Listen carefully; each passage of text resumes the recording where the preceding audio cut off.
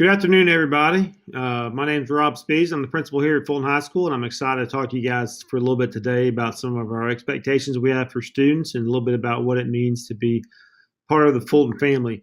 You guys can see on the logo on the screen that Fulton family is a big deal to us. You may have noticed some things going on around the school in terms of some branding. We've got some stairwell decorations going on with our Fulton family logo. We have a few more things going up here the next few days to really try and brand that. We feel it's important that we brand that because it's important to us. We hold it dear to that being part of a Fulton family is a big deal. We've gone to wearing Fulton family in a lot of our logos, our student T-shirts, student Fulton family gear to meet our professional attire expectations because we want to make it more than just words. We want to kind of make it part of who we are and the way we go about doing business on a daily basis. We want to make Fulton family a big deal. We want you guys to feel involved in Fulton family. So what does that mean to be part of our Fulton family? It means three things. We're going to care for you, we're going to respect you, and we're going to fight for you. That's our role here as the adults in the building. Is we're going to take care of you. We're going to do anything we can to meet your needs, whether they're physical needs, emotional needs, academic needs, psychological needs. Whatever it is that's going on in your life that you need support with, please let us know. We may not have the answer, but we can hopefully connect you with resources where you can find the solutions that you need. We're going to respect you. I mean, that's kind of the basis of how we need to function as a society, especially here as a school family, that we need to respect one another.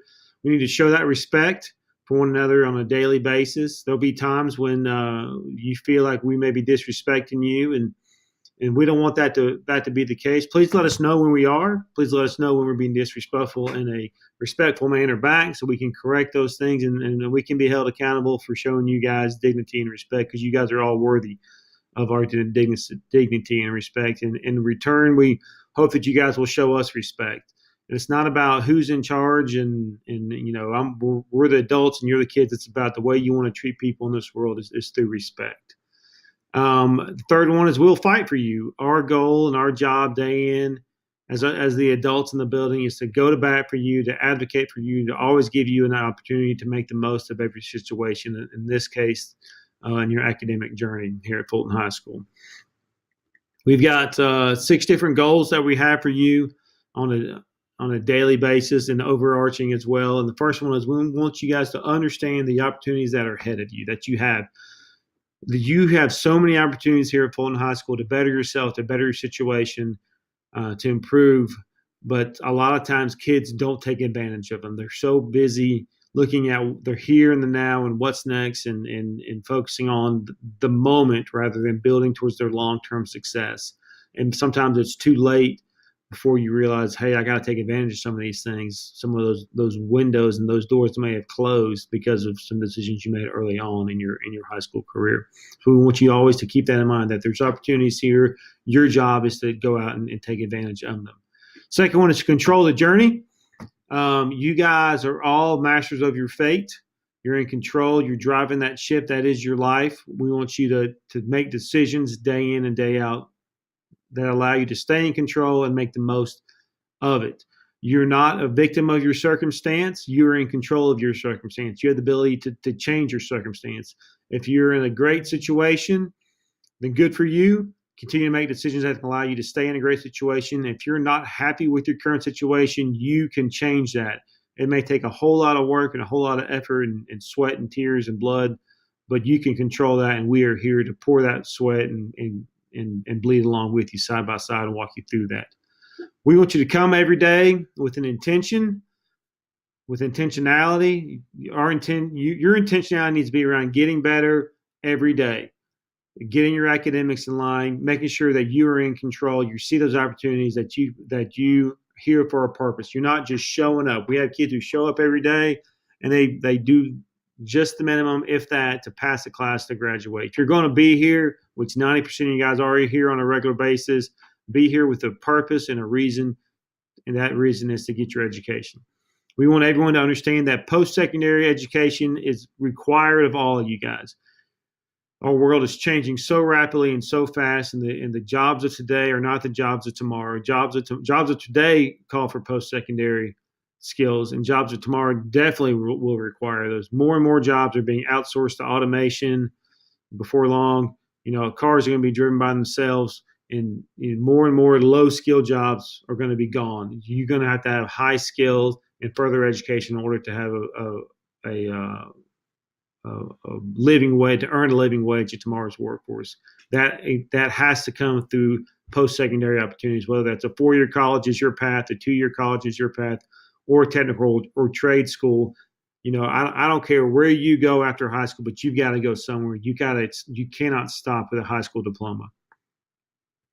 Our school motto here is enter to learn, go forth to serve. You see that put up on all the signs outside the classrooms. Walk in that classroom with the intention to learn, to grow your skill set, to learn that knowledge that you need to go forth and to better yourself, and then go out of that classroom with the mindset to serve others. We are not placed on this earth for ourselves. We are placed on this earth to serve other people. The sooner you realize life is not about you, life is about giving to others, the better off you're going to be. You feel when you serve other people, you give happiness to someone else, but you get more happiness in return. It is a tremendous cliche, but I'm telling you guys, it is true. Giving is better than receiving. If you are blessed enough to be able to give your time, your energy, your love to other people, please go ahead and do those things. It's always better to give than receive. And every day, we want to challenge you guys to get better. Bring your best effort every day. You cannot afford to take days off. Don't just go through the motions. Approach today with the mindset that you're going to make today a better day than yesterday, and today you're going to better yourself in some way than you were today. Make tomorrow a little bit better than today. If you always have that mindset of continuous improvement, getting better, taking advantage of opportunities, realizing you're in control of your journey, come with intentionality to prepare yourself for post-secondary and come here, learn all the things we're trying to teach you, and then go take that and serve our community. We're going to make the city of Knoxville a tremendous place to be. If you do those 6 things, you've lived a full life. I'm telling you, that's an amazing testament to our Fulton family if we can go out and do those things. I want to run through all the administrators that are here in the building because, every now and then kids will say, why are you talking to me? You're not my administrator. You guys need to understand there's not your administrators and other kids' administrators. All the administrators are administrators. All the adults are the adults, whether they're a custodian, a teacher, a front office staff member, cafeteria. You're to listen and be respectful to all the adults in the building. So when there's no such thing as you're not my administrator. First off, there's me. I'm Rob Spees. It's a pretty cool picture of me. I like it. Gold football. Miss Brown is our SLC principal over the Merlin wing, working with our freshmen. Any of you guys who have been around here for a few years, Miss Brown's pretty much touched all y'all at some point, whether she was your SLC principal or whether she was your dean of Merlin. You guys all should know her and be respectful. And if she asks you to do something, you need to do that. Jody Wright has been here for a handful of years, serving as first biology teacher and basketball coach, moving through the ranks to athletic director and assistant principal. He's now working with our Peregrine wing with the sophomores. David Faust is our SLC principal over at the School of Skilled Professions. He's coming into his 3rd year here. Tim Childers is the SLC principal over the School of Health Science. This is his 2nd year here. And Miss Misty Lingerfeld is the SLC principal over the School of Communications, going into her 4th year here. And Miss Bevan Gresham came to us 7 years ago as a counselor, had been working with communications for a long time. Last year, she enjoyed our administrative team working with curriculum and professional development. She's also going to expand her scope of work this year, working with students in the Merlin wing as well. So if any of these administrators ask you to do anything, you need to follow those expectations, as well as any of the teachers or other adults in the building.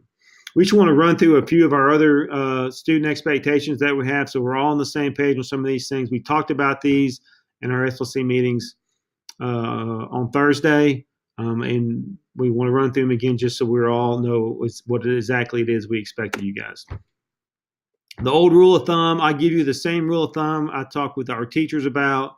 If you are where you're supposed to be, doing what you're supposed to be doing, when you're supposed to be doing it, you will meet all of our expectations. If you can follow that simple rule of meeting those 3 criteria, your experience here will be very smooth. We will have nothing but good things to say about you. You will learn all the things you need to learn about being a member of our Fulton family to be successful. Kind of a couple things about our daily schedule. In the morning, you've got 3 options where you want to go to. You can be in the library until that's filled up. Miss Dossett keeps a sign in, and when she's full, she's full. You can be in the cafeteria, or you can be out in the courtyard. The library and the cafeteria, the building does not open until 7:30. We do not want you arriving prior to 7:30 because there's no adult supervision until then. So we do not want you dropped off before 7:30.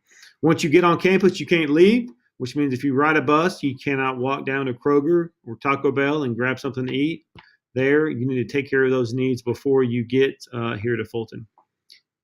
In the afternoon, we have pretty much the same bus routes as we've had before, but we've changed some of the bus numbers. You see 701, 702, 703, and 704 have replaced 277, 971, bus 110, and another bus, which I can't think of offhand. So pay attention to those things, and hopefully we're working through those hiccups, and it'll just be kind of the new normal for us. If you're getting picked up, we want you to be picked up on the Broadway side of the building, so you want to go out that side of the building. And if you're walking or driving home, once the bell rings, don't hang out in the courtyard. We're trying to get kids on buses there. Go ahead and move towards walking down the hill or up the hill, wherever it is you're walking, or get to that car and go ahead and get the heck out of here. We love you guys, but when the day's done, the day is done. Hit the bricks. Professional attire. We made a few changes here. Just a reminder that you need to be in professional attire at all times during the day, including in the hallways, during class change, and in the cafeteria, during lunch. If you're outside during lunch, kind of the lone exception to that is if you are in the gym area with a PE class, or if you are doing some kind of physical labor, like in Mr. Settle's class, or possibly cosmetology, if you're working with some of the chemicals there, where you don't want to get your stuff sweaty or dirty or damaged. You can, if the teacher says it's okay, you're able to take your professional attire off. But the moment you walk out of that classroom, you need to have that stuff back on. The idea that I just came out of gym is not good enough in order to meet our expectation when you come back in the building. Once you hit that breezeway coming from the gym to the main building, that's the cutoff line. You should be right by then. If you're not right by then, you're going to end up getting caught up. Woo! Dropped my phone. Polos. You got 2 choices for tops. You got 2 choices for tops right there. You got polos, or you've got Fulton family shirts or hoodies. Okay, those need to be solid polos. If you go with a collared shirt, you can't have a collar button up, but the shirt needs to be buttoned up for sure. One logo on the kind of the pocket area needs to be less than 2 inches. Not a lot of writing all over the top of those things. The Fulton family shirts, those are for polos, can be purchased in the main office for $7. Fulton family gear can be purchased for $10 for a short sleeve T-shirt, $15 for a long sleeve, or $20 for a hoodie. The hoodie cannot be pulled up over your head; it needs to be down on the back of your neck. And we want if you're wearing Fulton family, we don't want a jacket covering those things up, so we want to be able to see what you have on there. Pants need to be, shorts or skirts can be worn, but they need to be approximately the knee area. No sweatpants, pajama pants, athletic shorts, warm-up pants can be worn. You can have holes if they are below the knees, holes above the knees. If we see skin, that's a problem. So if you've got holes above the knees, I know some of y'all have those super expensive ripped up jeans. Be sure we're not seeing any skin through those, and keep those things pulled up. We don't want to see your drawers hanging out from your pants. Headwear, no headwear other than for religious purposes. This means no head wraps, scarves, or skull caps. This is kind of one that we've not been traditionally enforcing as tightly as we will this year. We had been letting a lot of the females wear head wraps, but that's just not fair that girls could do it and guys can't. So we're going to try and just be equitable and enforce our policy across the board that no headwear other than for religious purposes. Outerwear, these are your jackets, need to be in a clear SLC-based color. It should be easily more than half white or half black or half gray or maroon or navy. This black and white stripes where we're not sure if what it is, it means no. The polo or the button up needs to be visible underneath that. And hoodies are not okay unless they're Fulton Falcon hoodies, and no hoodies under the polo. Even if it's tucked in, no hoodies over the polo. We are being a little more consistent on how we're enforcing that. Long story short, we talked about this Thursday. If you have until 8:45 to get in dress code. After 8:45, if you're out of dress code, we're going to see that as a violation of failure to comply there, and you're going to be placed in ISS for the day for your first offense. Second offense, you're going to be in ISS for the day and RLC for the next day. You got till 8:45 to get it fixed. After 8:45, either you're right or you're wrong. Right there. We won't dwell on that. Cafeteria, we want you to be respectful in the cafeteria. Most of all, that means respectful to the folks who work in the cafeteria. Okay? Be respectful to the ladies behind the counter, and be respectful to the folks who are cleaning up the cafeteria between lunches. That means do your part. Clean up after yourselves. Take your tray and throw it away. Don't leave scraps of food all over the table. We are 14 to 18 years old. We can throw away a tray without making a mess. That's a simple respect factor. We want to be respectful of everyone who's in our Fulton family. Stay at one table. Don't wander around, and sit down. Let's not stand up. No need to yell back and forth. And if you're going to go outside, please behave. It's not, you can get a little energy out there, but don't get out of control. Please use good sense and behave.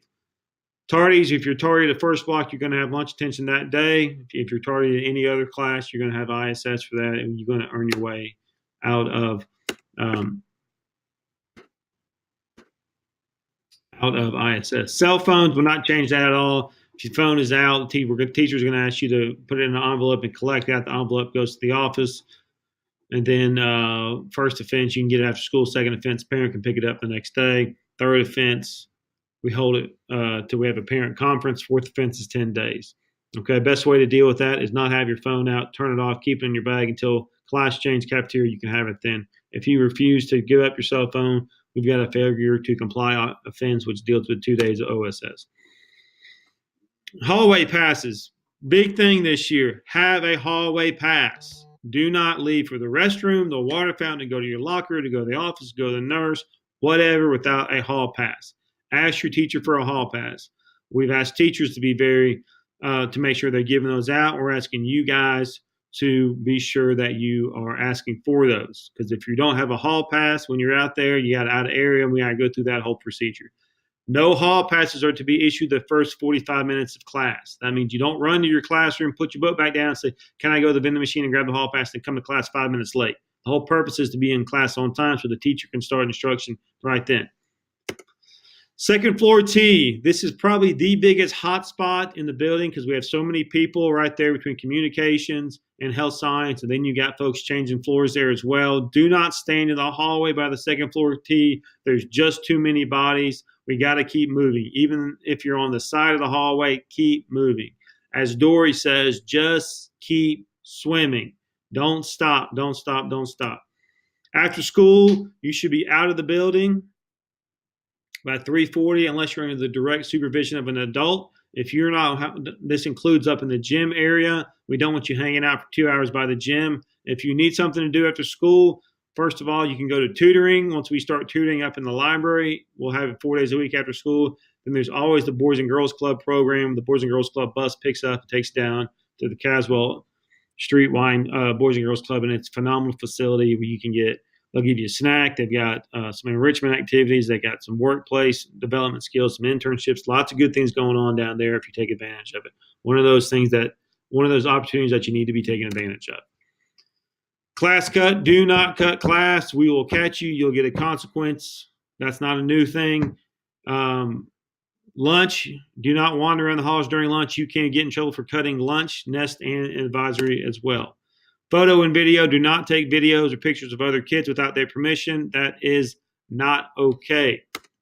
Failure to comply with staff request. This is when students fail to adhere to policies and or requests of school personnel. This does not mean just principals. It means any staff member. If an adult in the building asks you to do something, do it. And if you have a question, well, let's deal with it on the backside. All right. Harassment, intimidation, or bullying. Big, big topic here, okay? We need to take this very seriously at Fulton High School. If you're being harassed, intimidated, or bullying, please report that. Here are some of the definitions around those things. All three of these: any act that substantially interferes with a student's educational benefits, opportunities, or performance. And if the act takes place on school ground, at any school-sponsored activity, on school-sponsored equipment or transportation, at any official school bus stop, and has the effect of physically harming or damaging a student's property, knowing placing a student or students in reasonable fear of physical harm to the student or damage to the student's property, causing emotional distress to a student or students, or creating a hostile educational environment. If it falls under any of those things, it's harassment, intimidation, or bullying. Now, there's differences between that. Bullying, in order to be considered bullying, a behavior must be aggressive and include an imbalance of power. That's the big thing that separates bullying from harassment, is imbalance of power. Kids who bully use their power, such as physical strength, access to embarrassing information, or popularity to control others. Power imbalances can change over time and in different situations, even if they involve the same people. If you have a power imbalance, you've got a bullying. If you don't, you've got a harassment. Repetition: bullying behaviors happen more than once and have the potential to happen more than once, or have the potential to happen more than once. If it's a repeated behavior, it's a possibility of bullying.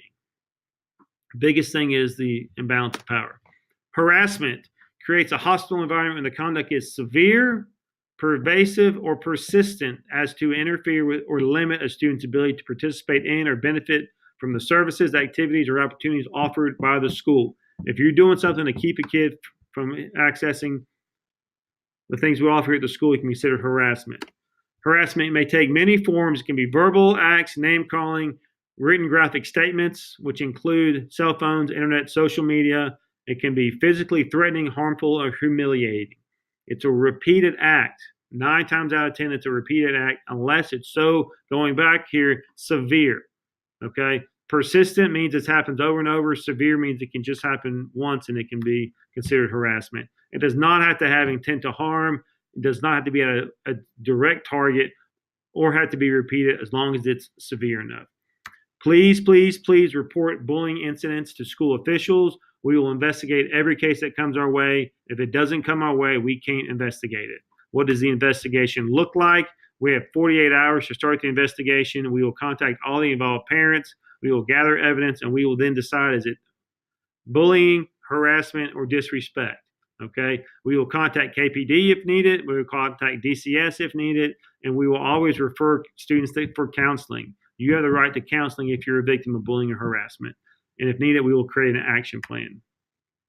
Again, I cannot stress how important it is that we follow the bullying and harassment policies.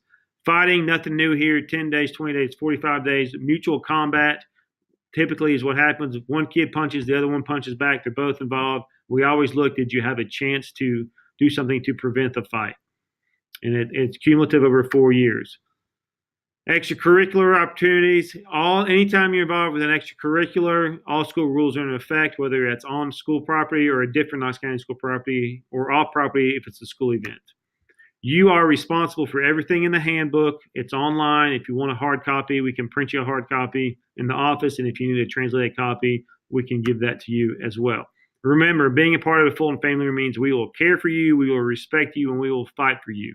If any of one of those three things is not happening, please let me know. That way we can deal with it. We appreciate you guys. We love you guys. Love each and every one of y'all. Know that at Fulton High School, you are loved and you are cared for. Please come in every morning, entering to learn, and then go forth to serve. Have a great day. Thank you.